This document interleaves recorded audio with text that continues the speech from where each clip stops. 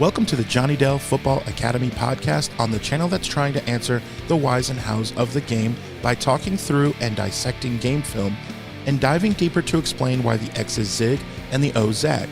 I am Adam Marino, joined by Mr. Johnny Dell, and we are reminding you, as always, the most fun way to watch is on YouTube, where we go live. There you can comment into the live show. Be sure to hit the notification bell and turn on your notifications so you can be a part of the conversation. We also stream live on Facebook and X. Also, the audio versions are always found on Spotify, Apple, wherever you get your podcasts. Now, if you are live with us in the chat, it's probably because you are subscribed, you've hit the notification bell, and turned those notifications on. So, when sharing with your friends, be sure to let them know. We also love to hear from you outside of our live show. Email us at johnnydellsfootballacademy@gmail.com, and you can always check out the website jfa49.com, as it is the most fun way to support the channel. Also, the way we boost the chat and boost the algorithm is to type out hashtag. Hello and welcome. Happy New Year. Feel like I haven't seen you guys for a whole year. It is January 3rd. Womp womp. Starting off with a dad joke. So Friday, January 3rd, welcome in those of you that have boosted the algorithm. A hello to you. And there's Marcos checking in. I didn't see you after the game. Maybe he commented in afterwards on the episode, said he had a great time, he had great seats, so we're happy for you, Marcos. Heck yeah, very good. Okay, that's good. I didn't know that, so very good. Thanks for everyone checking in, boosting the algorithm. We're going to talk about a few things, not just the Pastronaut against his former team. Johnny, you want to talk about the one who shan't be named and in Kyle's presser a little bit? Well, yeah, I mean, Kyle was just asked a question, and we'll kind of talk about this a little bit.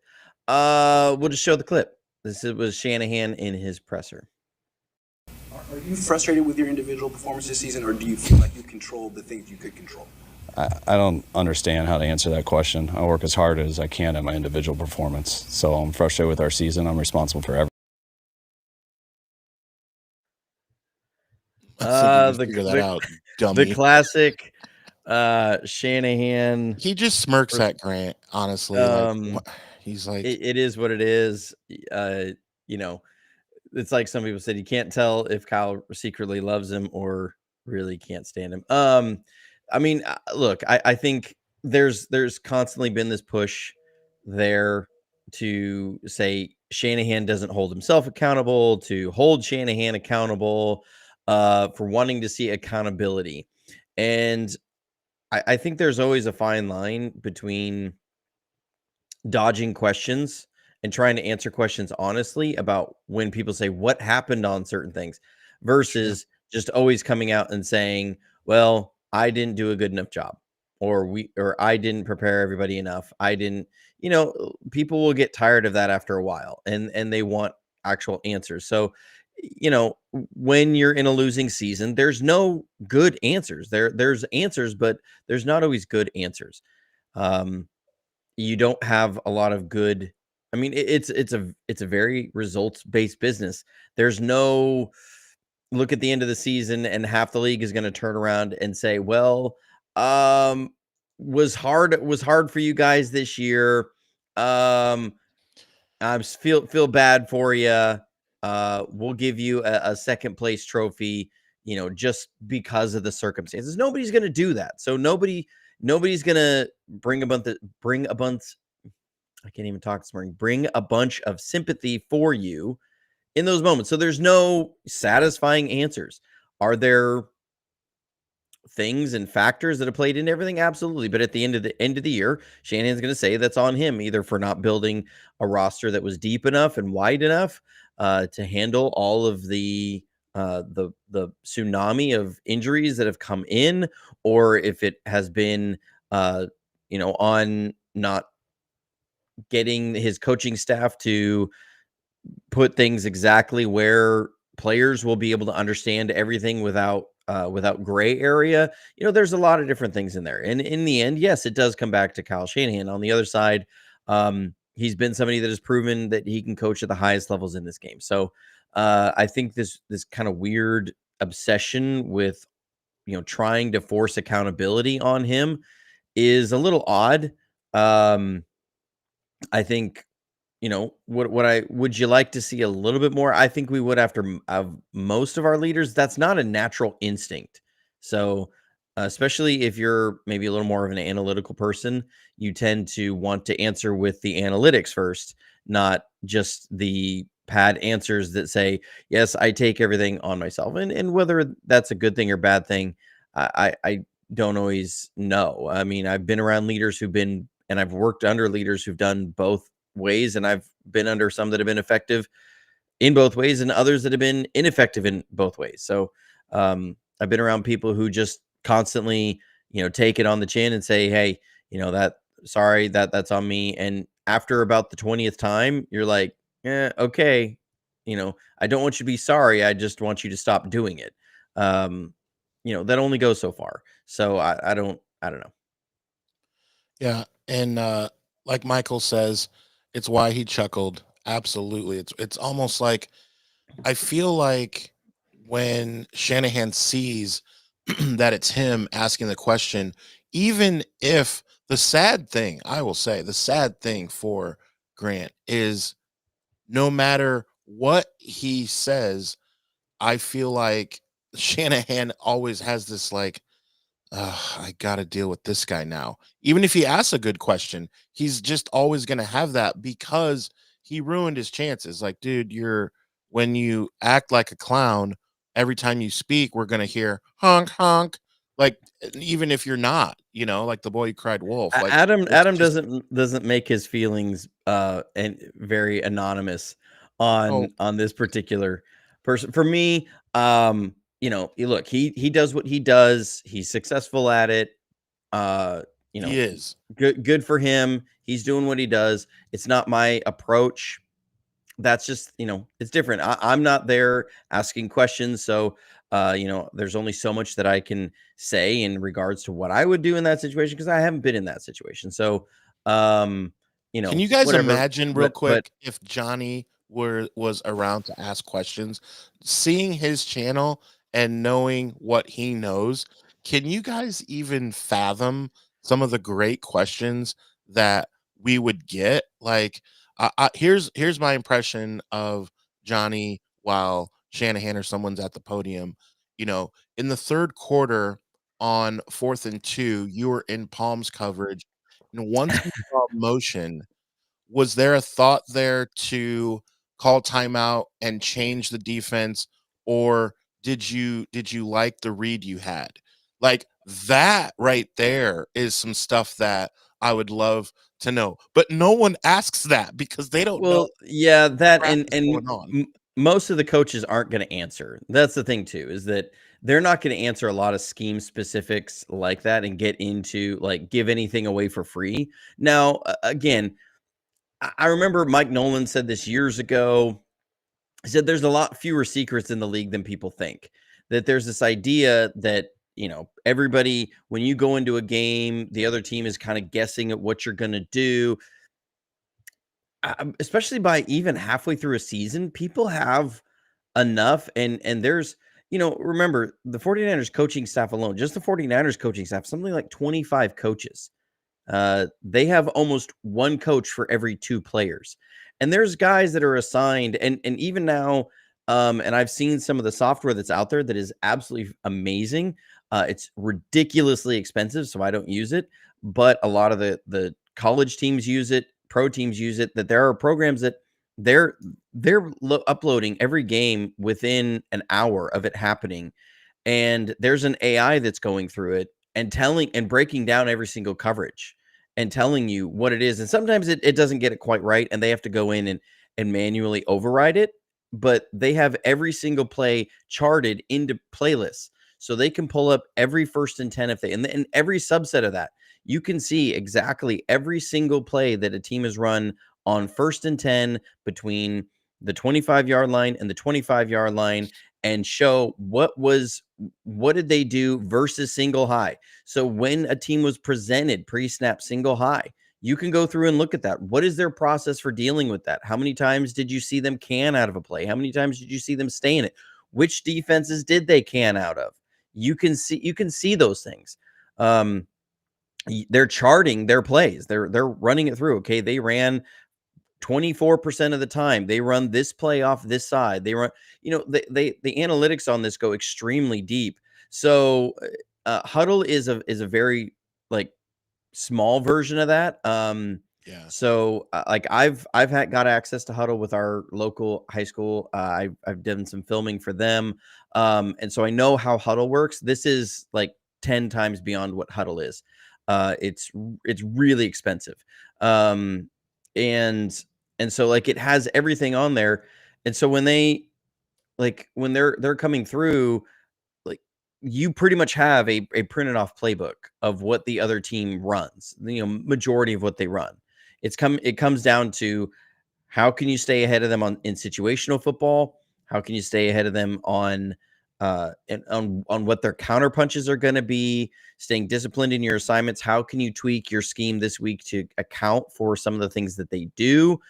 But most of it, it's not like teams are coming in, they're saying, gosh, we know they're going to run the ball a little bit. We don't know exactly what gaps they're going to be trying to attack. We're not really sure, like they pretty much understand your playbook most of the time when they come in. They have a lot of that there. And Mike Nolan, this has been for decades in the NFL.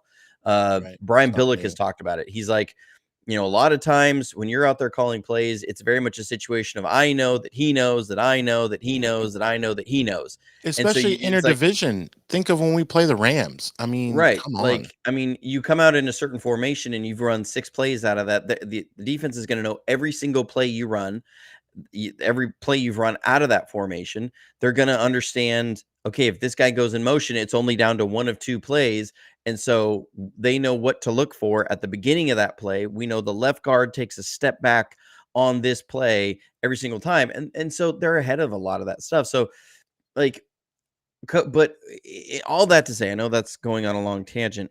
All that to say, teams will still force other teams to put in all that work. What they're not going to do is give that away for free and say, okay, here's how, what exactly that we do. Here's exactly our rules of coverage, instead of you having to go through and watch all of our tape to then script out our rules and figure out our rules. Because some guys don't figure them out right. That they're not going to give any of that away for free. So that's where coaches tend to get, they will give you enough, but usually not enough. So that's where I would struggle a little bit. I'd be like, find the questions. There's been a couple questions that have been like that.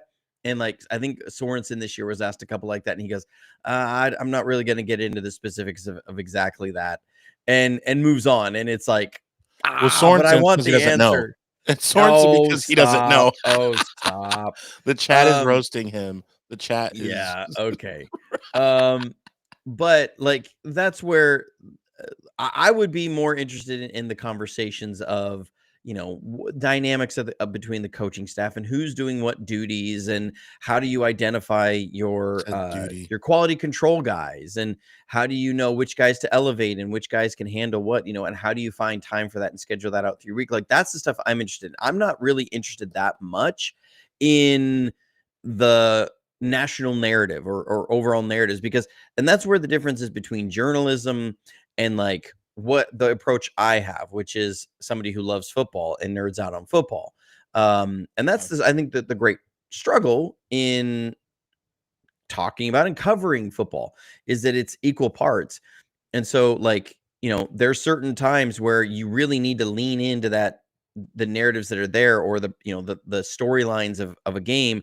And this is where post-game interviews, the interviewers have a really tough job in there. They've got to, highlight the emotion of the moment, but also direct into the narrative of the time. And so that people can, so that somebody in that moment can speak to certain things that are out there. I mean, and that's a challenge, but most of the time what happens with what we see in a lot of the pressers is questions that have to do with trying to drive a narrative, either create one or drive one or keep one going or stoke that narrative in And some sometimes it's way. obvious. It's, Yeah. based And on. I think that's what some of the Shanna reactions happen from, the smirks and everything, is understanding that's what's going on. It's not necessarily, probably not a question in good faith. It's more a question that here's what I'm writing about, and I need a quote to shoehorn in there. So Well, nevertheless, I think the entire, not only chat, but most of the faithful that know about you would kind of have some fun if you had some credentials on either side of the podium, no matter what's going on, just a fly on the wall to even have conversations off camera with some of the coaches with your knowledge of the playbook and to ask and get inside their head would be very cool. oh So, yeah, I'm a highly curious person. So if I sit down with somebody that I know knows a lot more than me about something, I'm going to be asking question after question after question, just steering things in and trying to soak up as much as I can. So I would love to sit down in those moments, over some coffee with some people and chat about that kind of stuff. That's what I do a lot of times. yeah, love that. The whys and hows of the game, the Giant Dale Football Academy. Be sure to take your phone and show it to Niners fans so that we can have more than 26,000 is our next number we're trying to get to. So let's get into just a little bit about the game. I know we want to touch on Brock Purdy, and let's save that for a little bit later. Make you stay with us, right? So find that hook, right? So with the game, the Pastronaut, as I'm trying to talk, it's early for me too, I guess, even though it's not. So the game, I want to see us do some good things. At this point, win or loss, like, my friends over at Sports Idiot Nation are Titans fans, and Ti Titans Idiot does a good job on his channel of just going through, and he kind of does 5-minute videos, and I watched his for today, and he said, we've taken a lot of L's this year. What's one more? It's not going to kill me. I'm still right here. I'm still going to tighten up. I still bleed two-tone blue, and I'm here, baby. And it's like, you know what? He's had a lot more losses than I have. And it's like, We what? just I'm got kind to of taking complete that the approach. tank. We just got to complete the tank. Yeah. Yeah. Wait, you're not holding anything there. It's camouflage. I don't see anything. Is that John Cena's tank? No. So to me, it's like one more L is not gonna do a single thing to me. And so I I do want to see us do well, and I want to see Josh Dobbs do well, I guess. Where are you at with this? I mean, yeah, I want to see some evaluation towards Dobbs. Are we going to look to keep him on as quarterback number 2 next year? Is he somebody who's going to be trying to put on a performance to then audition for a potential stopgap position after the 49ers? Parlay his position with San Francisco into what Sam Darnold did this past offseason, who's having a phenomenal year. And his team is, possibly going to be competing for to be one of the last teams left in the NFC. And so that'll be really fun to watch, and it'll be really fun to see everybody's head explode going back to the Green Bay game with Brandon Allen playing instead of Josh Dobbs. And which is one thing. Like, I also look at it and go, we lost by like 3 scores. I'm not sure that that Josh Dobbs was the only reason. Like, our defense was terrible in that game, and our run game was almost as bad. Would I have preferred to see Josh Dobbs out there? Yes, but that's probably what we're going to see after this game, is a huge explosion about how that was the decision that ended the season. Like, not like the loss in Seattle or the loss in LA or the other loss against LA or the loss against Arizona. It was that one game where they started Brandon Allen over Josh Dobbs. I want to see that. I want to see how the defense, are there some improvements in communication? And Sorensen talked about that in his presser this week, that, it is frustrating when they have breakdowns in communication and the pre-snap, post-snap communication is not there. It clearly has not been good this year. And it's hard to put your finger on exactly what that is or why that communication has not been great, and that there's just things that are not being passed on and picked up. Is it, is it on Malik Mustafa? We don't know. We're not going to be told, is he not communicating things as well as they're expecting? Is that on like D Winners or Tatum Bethune? Tatum Bethune is out there a little bit in the game. And it kind of also goes back to, as much as frustrated as I get to see DFF out there, you also understand sometimes why they're out there, that a guy who maybe isn't going to fill as well and is, they're going to get 4.5 yards instead of 3 yards on that run. At least they won't get a 20-yard pass play because we just have a straight busted coverage because of miscommunication. That's some of why guys play in those positions. We saw that 4th and 2. There was a 19-yard game because there was just a straight busting coverage. Somebody didn't communicate something through a motion of who was supposed to pick what up. And, they've had issues with this all year. What's interesting too, though, and sometimes we can see that as you can give the defensive coordinator a pass on that. We saw the Eagles with that same problem last year. The Eagles had horrible issues of communication all last year on defense. They changed their defensive play caller mid-season from Sean Desai to Patricia, and it didn't improve at all. They had systemic problems in their defensive coaching staff of how to communicate what was exactly supposed to be expected and done as things changed on the defensive side. They just change out defensive coordinators. They fire Sean Desai and they bring in Vic Fangio, and their defense looks 100 times better. And so, and most of the players are the same. They brought in a few guys and there's been some things, changed, but this wasn't like wholesale changes. You're still seeing a lot of the same secondary guys, and their communication is suddenly much better, much better. And they're understanding everything, that they're given specifics on everything a lot clearer. And so, that's where I look at things with Sorensen and I go, I want to see if that gets any better. I don't think it will at this point. I really don't. And that's kind of where I'm looking at to say, okay, how is this offseason going to go at defensive coordinator for you? Is this going to go in a direction that is going to be positive for you, or is it going to be a direction of change for the 49ers? Because I've been pounding the table for it for a while. I would love to see Robert Saleh come back, because those were the things that we were sound in. I've been seeing a lot of people, saying we need to get rid of the wide nine. Wide nine needs to go. Wide nine's not a good scheme. We don't have the players for it.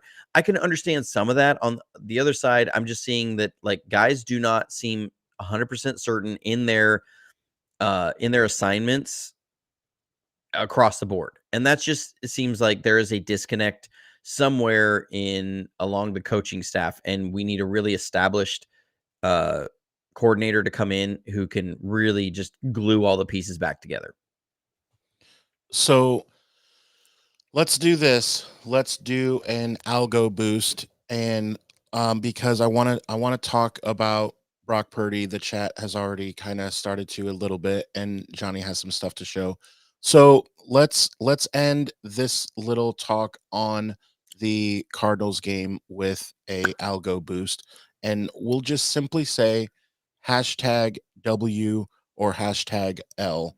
Deep down in your gut, what do you think happens? I know it's not a big deal, but I will put in #W. So I'll get it started. I think we do end up winning. I think there's some guys out there that have some heart and some stuff to prove. I think Juwan Jennings wants to get 1,000 yards. He has over 900. I think Dobbs wants to show that he can play because he might be petitioning for, to have a decent job still next year. And I think the guys on the offensive line want to show that they belong in the NFL, as many of us might disagree. So I think they have something to prove, and I think the Cardinals, the air is definitely out of their balloons. I know they have guys that get paid just like we do, but I think the wind is out of their sails. So the chat overall so far agreeing. #W. We are boosting the algorithm. So Johnny, I know you have some stuff you want to get into with Brock Purdy. Well, so I'll just, the last thing I'll have to say about the Arizona game, I think it'll be interesting. I think you're going to see some really entertaining play from the quarterbacks. I think both quarterbacks are just going to be out there. There's going to be a lot of just having fun and kind of trying to show what you can do. Kyler Murray is still, I think he's still trying to prove that just because Call of Duty came out a couple months ago, that doesn't mean that he can't play quarterback anymore. Josh Dobbs is trying to prove where he is. I'm really interested to see the matchup of Renardo Green and Marvin Harrison Jr. I think that's going to be a really fun matchup to watch. Two rookies, two exciting rookies matching up that could be a matchup in this division for a long time. That's what I'm interested to watch. I want to see that. I want to see Malik Mustafa come drop some wood on some guys. I want to see then other guys just get out healthy. I don't expect much from our offensive line. I think they've been decimated by injuries, and I think hopefully this is the swan song for a couple guys on that offensive line. It was a little. I watched Chris Foerster's presser, and I just found myself like shaking my head a little bit. They were talking about Nick Zakelj and the two guys that they brought in, Austin Pleasance and the other kid to play left tackle, and what they did. And he was talking about stuff. And I just, again, find myself shaking my head because he was talking about one of the kids, and he said, he doesn't quite have the movement that it's going to be a struggle for him in our system. Cause he's not, that real twitchy guy, like a Jake Brendel, who's just can be super twitchy and lightning quick. And I had that same reaction at him. I was sitting there like, what? Like that meme, like, yeah, I was like, it's just, he talked about Jake Brendel several times as like the prototypical 49ers lineman. And I was just sitting there going, I have not seen that at all from this year. I haven't seen any of that at all this year. I've seen him, if anything, be too slow to the second level and too slow and not strong enough on reach blocks and everything. So I don't know. I was just, when he just kept talking about, he doesn't have, it's going to be harder for him because he's not like Jake Brendel in this and he can do that. And I was like, dadgummit. Because, the biggest thing I want to see is an improvement at center this offseason. And when you hear things like that, you go, they're going to stick with Jake Brendel. Like, my goodness. Calling it. Like, I just hope that this offseason is not that. He defended Aaron Banks with a lot of stuff. He'd been working through injuries, things. But there was an interesting moment where he did kind of admit something with Banks that does make you just question it. And it shows some of what the film has shown this year, which is, he said, they've had to stay on him about discipline and things. He's shown up a couple times overweight. They had to keep his weight down, that they'd have to get on him about it. And you go, okay, that makes more sense. He has looked slower in the feet. He's looked slower and he had some injuries and things. And you go, okay, so that brings to question, what was he had the hand issue during training camp. Did he just sit out those practices and lax on his conditioning? Did he start gaining weight? Did he start losing a step or two? And they were hoping, and pushing him to try and get himself in a better shape as the season was going along. but that never really happened. And that would make a lot more sense, because that's what I saw in film, is that she was just slow on some tracks. He was trying to overcompensate on some of those. The strength wasn't there as much. And you go, okay, well, then that is an issue that goes back to, one, your evaluation process of how hard of a worker is the kid. If he's consistently in more than 1 year showing up overweight, when you get into camps and stuff, that's not good. That's something that doesn't speak to somebody who really is, I remember that's what changed Alex Boone's career in the NFL, and was what changed him around, is that he was somebody who was seen as being very talented, but had a lot of personal issues and had a lot of character issues, and that's why he slipped to be like a 6th or 7th round pick for us. And it was Mike Singletary who sat him down and was like, "You have got to change, and I'm going to break you, and you will change." And he changed his nutrition plan. He became a hard worker, and like he dropped something like 20% body fat the next year, came back and was a monster for us at guard. That tenacity and dedication to work can go a long way. If you don't have that, it doesn't matter that you're a 2nd round pick. It's Right. not going to stay. I remember Joshua Garnett had a lot of the same issues. Just, it was like he had quick feet and lived off that, and had lived off that when he was in college, and we drafted him as a 2nd round guard, and nothing ever came of it. So, just hearing that kind of stuff, I was like, gummit. But I don't expect a lot from the offensive line overall. I think it'll be an entertaining game. If I guess we all kind of got the wish that we had, just not the way we wanted. I think throughout much of this year, we would get to it and go, I just wish I could watch some 49ers games that weren't stressful. We weren't sitting here stressed out through the game. Well, we're not stressed these last couple games. We got what we wanted, just maybe not in the way we wanted. Right. So I think it'll be an entertaining game to watch. Yeah, let's get to a super chat. From Cornelius says Forster has a crush on Brendel. He can go too. We'll see. I just don't understand it. Like, I mean, like The film don't yeah. lie. We see it. Well, Like, I mean, just it's like- watching the tape, I'm going, okay, then that's where I would want to sit down with them and say, okay, let me pull some of these clips and let's just explain why. Like, there's some sort of attachment here where you believe that this guy is better than 20 other options that you could go. I just don't fully understand that. So I just don't. Yeah, lots to change, hopefully.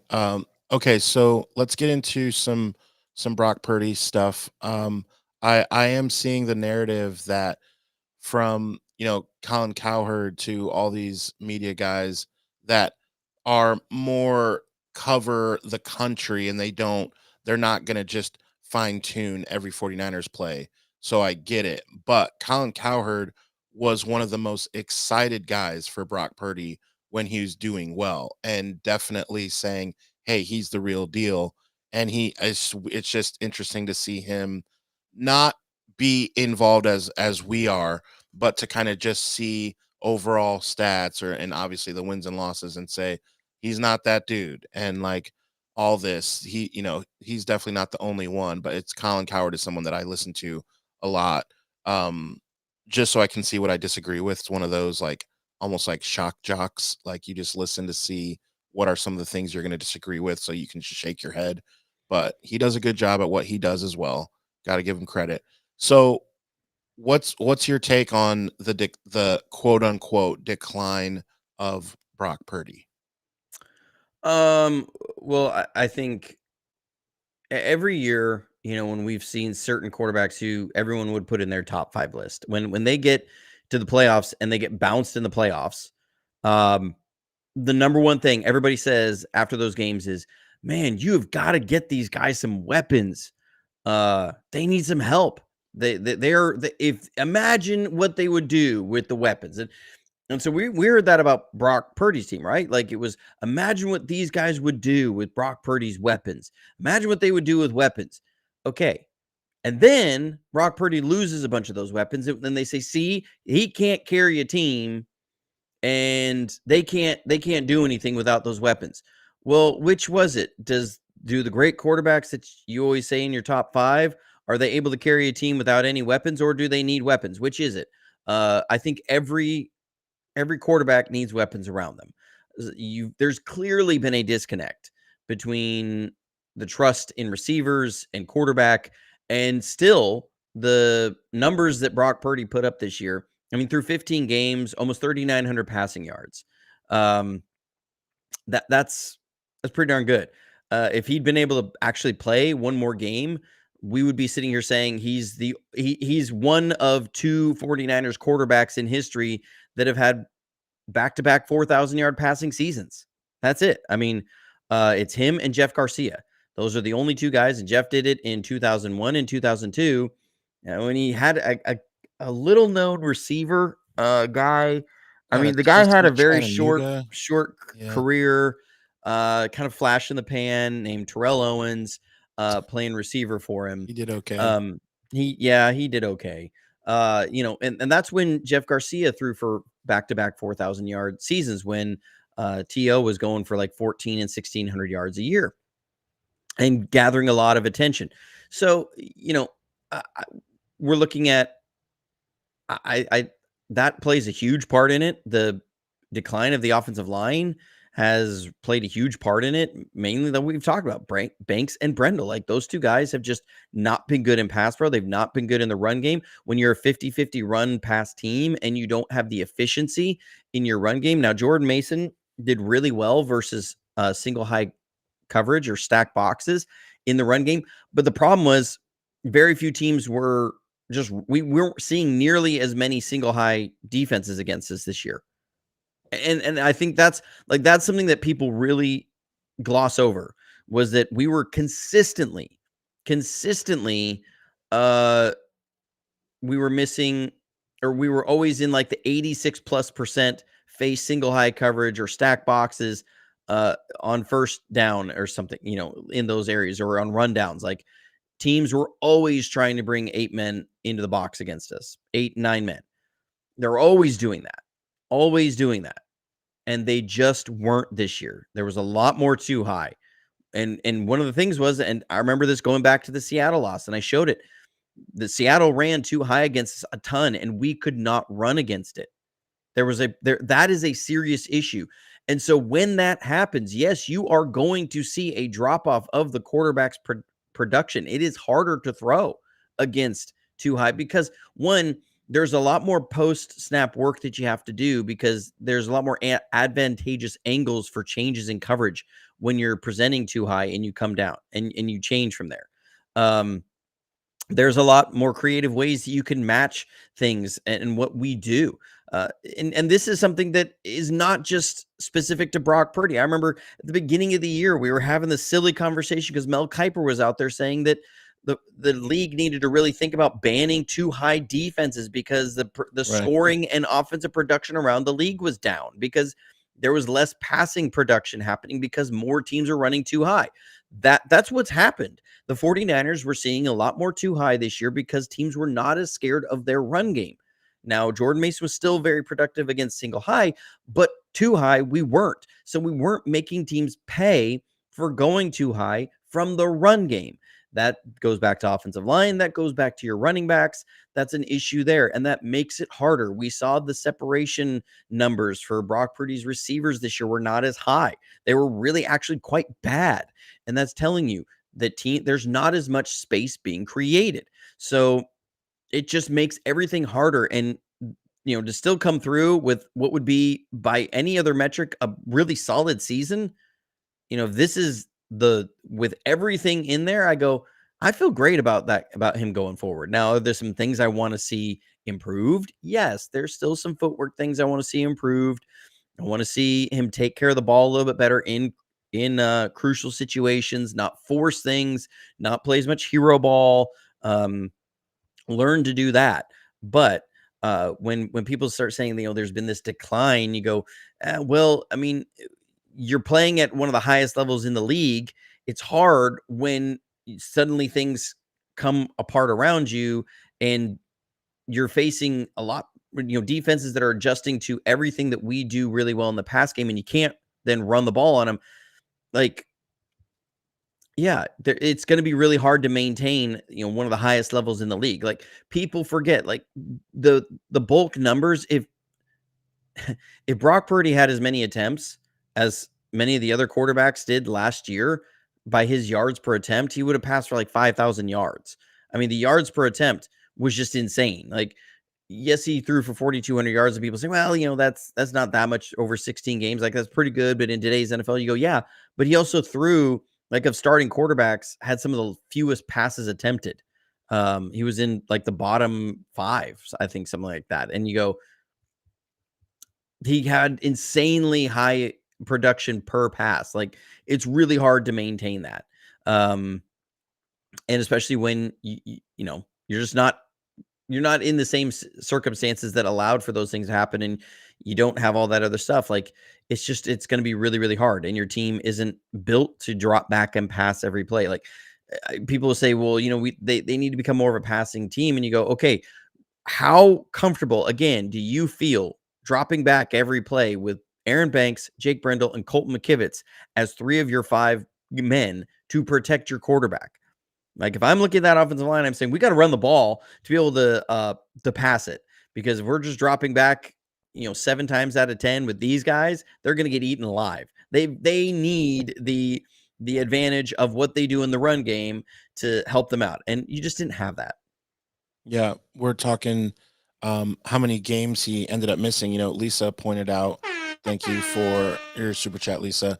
He missed the game against the Cheese Turds as well. So you think of the 4,000 yards, he would have like crushed. Yeah, that, I mean, he hit like 38, 40, something like that through 15 games. Yeah. So, I mean, yeah, he would only had like 160, 170 yards passing, and he would have surpassed 4,000 yards. So, yeah. I mean, it was almost a foregone conclusion that, yeah, he was going to get over 4,000 this season. But, some of the elbow interceptions is where I just sometimes shake my head. And let's take a look at him then. I've got the 2 picks from last game, and again, people like, I try and bring some nuance to this and say, okay, there's more going on than just, it's just a bad pick. It's just a bad throw. Because let's see if this view gets us any a little bit bigger.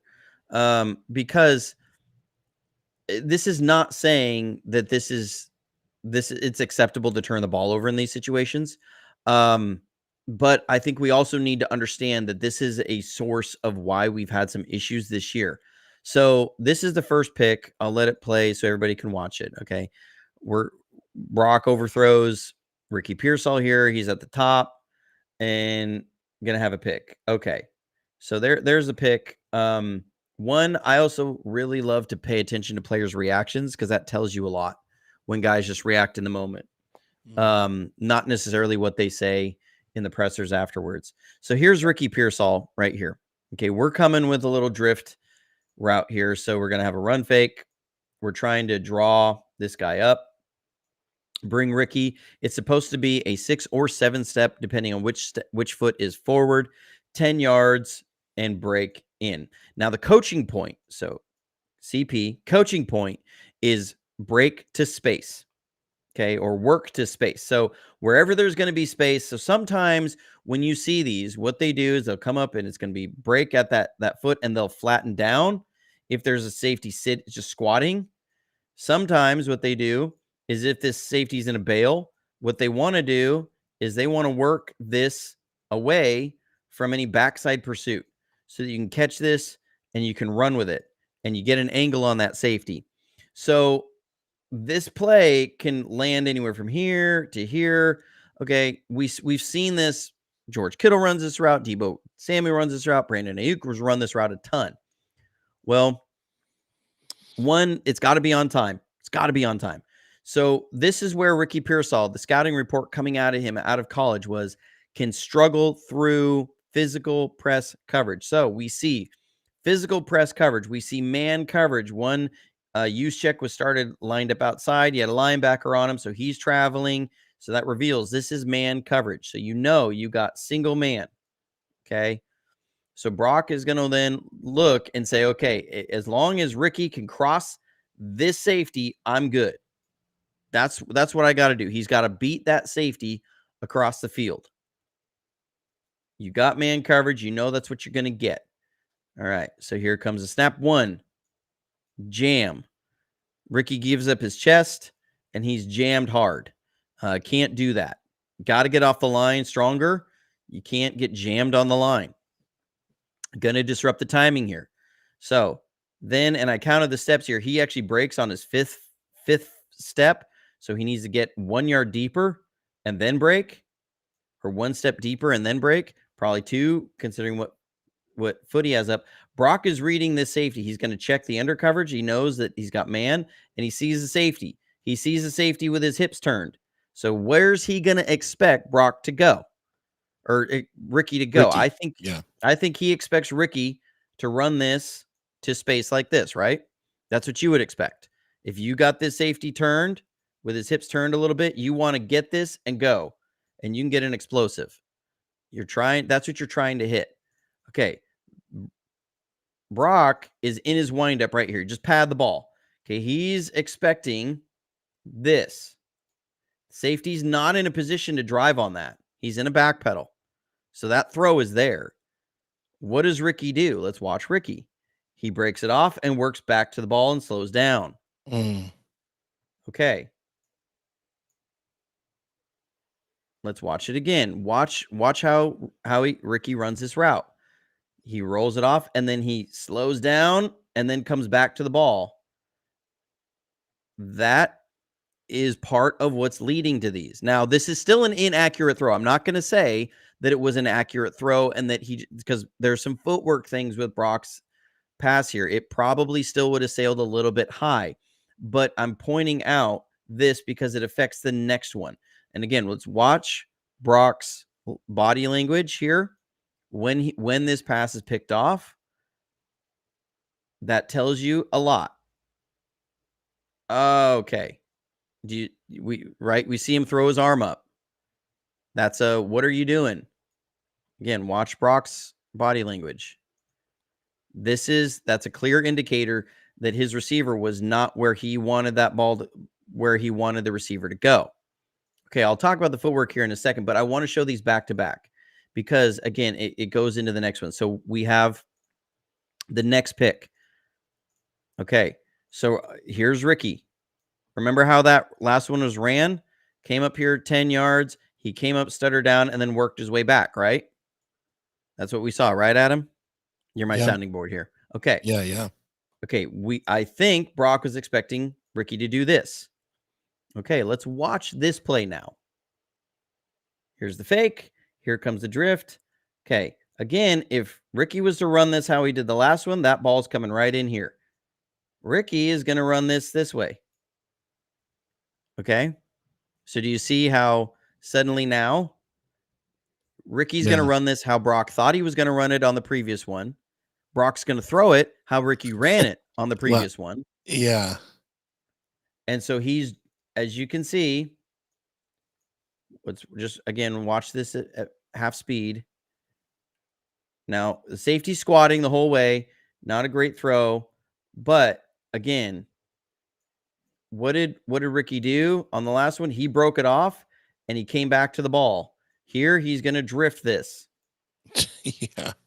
Instead of coming back to the ball, which is what the guy who leads the league in interceptions did. And again, what's Brock's body language? Let's watch this MFer Brock's body language. Okay. It's like, there he is. Ricky. Okay. Look, I'm not saying that Brock admitted, okay, they caught him with a little disguise. He shouldn't have thrown that pass. But what I'm saying is you can see that there is a clear disconnect between him and Ricky on what they're expecting out of the routes. Now, it has gotten better. Obviously, they had a better game this game, and Ricky had a ton of yards, and you can see it here. Okay, watch Brock. I mean, that, again, it tells you a lot of what is going on there. that this is some of the issues that we're seeing and we have seen.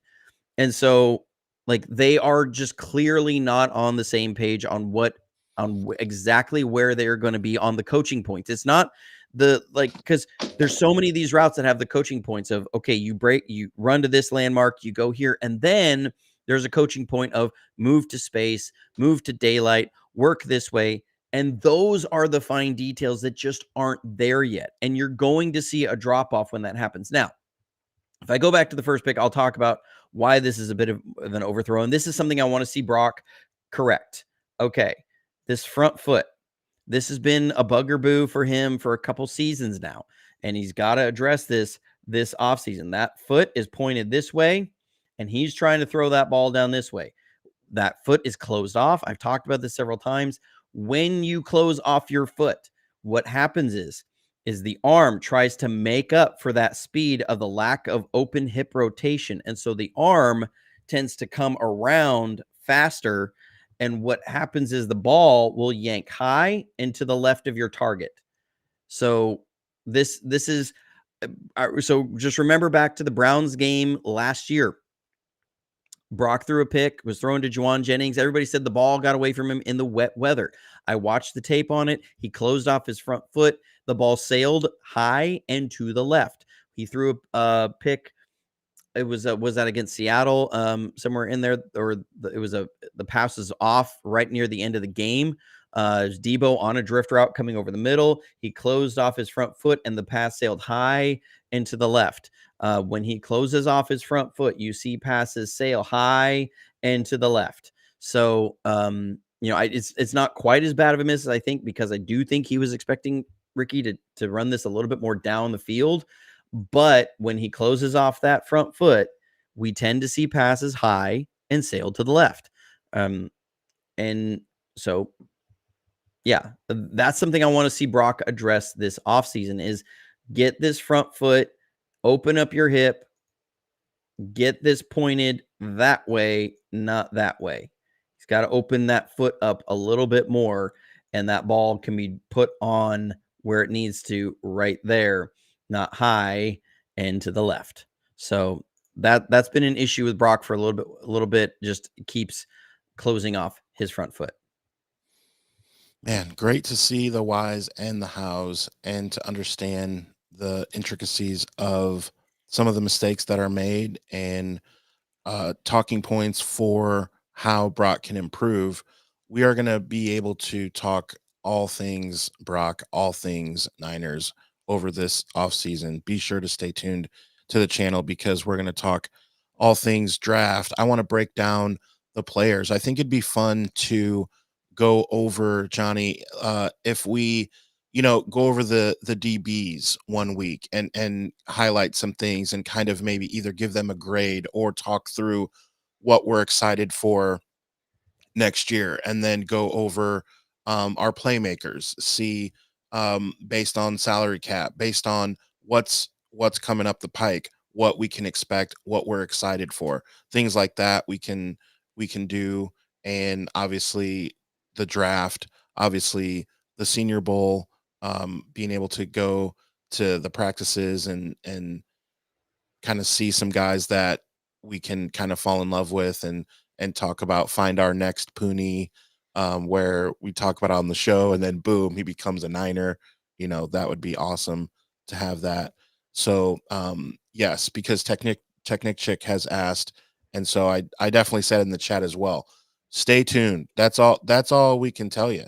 You got to stay. Yeah. We got to get through the full off season, but we are definitely coming with a lot of draft content this season. Yeah. We just officially have it official as of last night that Adam will be in Mobile with myself for the Senior Bowl to cover that. We appreciate everybody's support, especially at JFA49.com. You guys are the ones that are financing our ability to go to the Senior Bowl. I mean, it's not a cheap trip. And so definitely that support at JFA49.com is huge to make that happen. And so we really appreciate that. Appreciate the members for sticking with us and supporting it and supporting this stuff to really help make those sorts of things happen. But we got Adam's flight booked for Mobile.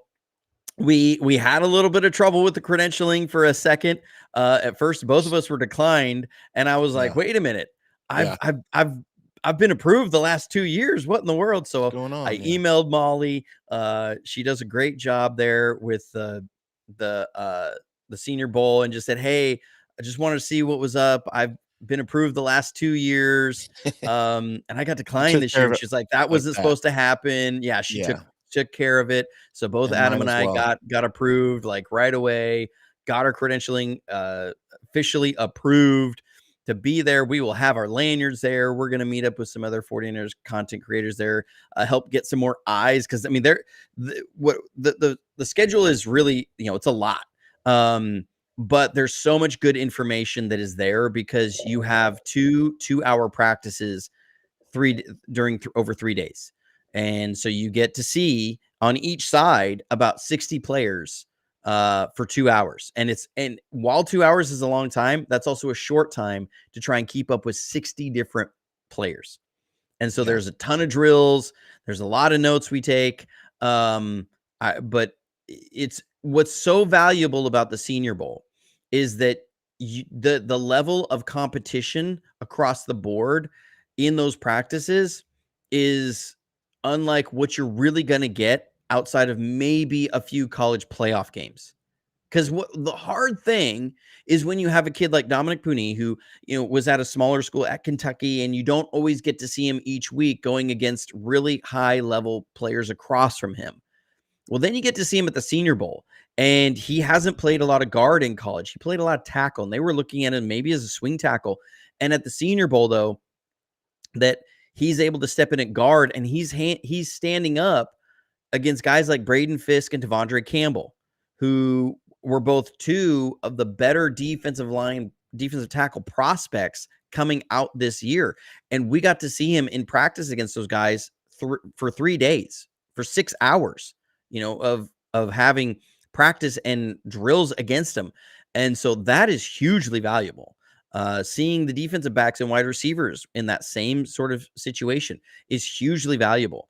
And so like, that's what I love about going to the Senior Bowl, seeing that is that these are all guys that have lots of years playing football under their belt already, that they're some of the top prospects. And that's why you're also seeing more and more every year, the top 90 picks in the draft, that the large majority of them were at the Senior Bowl. It really it's telling you more and more, and teams are really, really getting on board with this, of that Senior Bowl might be one of the most valuable weeks of evaluation of players that are coming in. I mean, just think about some of the 49ers players that have come out of the Senior Bowl. We're like looking at Deebo Samuel, okay, Brock Purdy, Dominic Purdy. These are guys that all came out of the Senior Bowl with really good performances and really impressed everybody. So, we're going to be there. We're going to be checking it out. Hopefully it's not too cold down in Mobile when we're there. It'll be fine. It'll be, well, I'm from Alabama now. I don't live real close to Mobile. I'm, many, many hours away. But Adam will be like, it's tropical down here. I'm wearing shorts. I'm very excited. We'll talk more about. We still have a couple of weeks. We'll talk more. About the Senior Bowl. We'll be. But I'm just hyping it up, and again, thanking everybody, especially members of JFA49.com. For sure. I mean, it is huge. Like, we really appreciate that support, and it's really crucial to making trips like that possible, to go evaluate it and bring you guys the coverage of who's out there, who's to look for, whose names to remember. And I found it for me, when I started doing that a couple years ago, it made draft night so much more interesting for me, because most of the time, like, I didn't hear about half the guys. But then, like, watching draft night come around and seeing certain guys still on the board and being like, oh, that's my guy, I hope they get him. Or, seeing somebody picked and knowing something about them, and knowing, actually having been able to see them or hear somebody talk about them was it just made the off-season content a lot more engaging and interesting for me. And I hope it has as well for all the fans and all the listeners. So we're excited to bring more content to you. Be sure that you hit the notification bell so you can be notified when we drop new content, especially for that week. Again, we will highlight that week and tell you more about it. We're still almost a month away, um, less than a month away from it. But so stay tuned. Um, have some fun watching the game this Sunday. Don't be too uptight. And we will talk to you Monday to Well, recap. here's a question I have for you, Adam, right before Yeah. we get out of here, just because Yeah. somebody brought it up in the chat and I think it's interesting. Yeah. And I'm seeing some comments about the elbow as well. What happened with Brock Purdy is not a long-term thing. I put it on my X, and because I saw it when it happened, and I put it on there, and it's been all but confirmed this week that that's exactly what happened. If you've ever hit your funny bone, you have experienced a little bit of what Brock experienced in the game on Sunday. Taking a face mask to the elbow, there's a groove, and you can feel down in your elbow. It's going to be right between the actual elbow, and then you have another bone that comes in, right? And you got a joint right in there. There's a groove right in here. And if you hit your funny bone really hard, we say it's not real funny. That funny bone is what's called the ulnar nerve, and there's two nerves that come down through your arm, and they cross over in that groove, and they go down to your hand. And if you hit that nerve hard enough, your hand, depending on which, it's like right next to each other. If you hit one really hard, half your hand can go numb. I had that happen, took a face mask to the elbow. Half my hand went numb. It felt like my arm was on fire. And it hurt like crazy. And what happens is a bad contusion on those nerves. You don't know what's gone on for a little while. You just know you have numbness and no strength in about half your hand, and your arm really, really hurts. That's pretty much what happened. It wasn't UCL. It wasn't anything debilitating. Now mine was a straight bar of the face mask right in that groove, a perfect shot.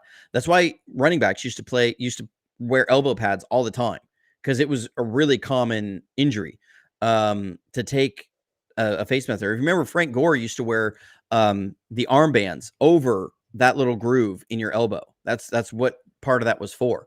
Was a little bit of padding there into that spot. It's not long-term debilitating at all, but it's just really more of an inconvenience. If you hit it really, really hard, like I did on mine, it'll be really sensitive for about 6 to 10 years.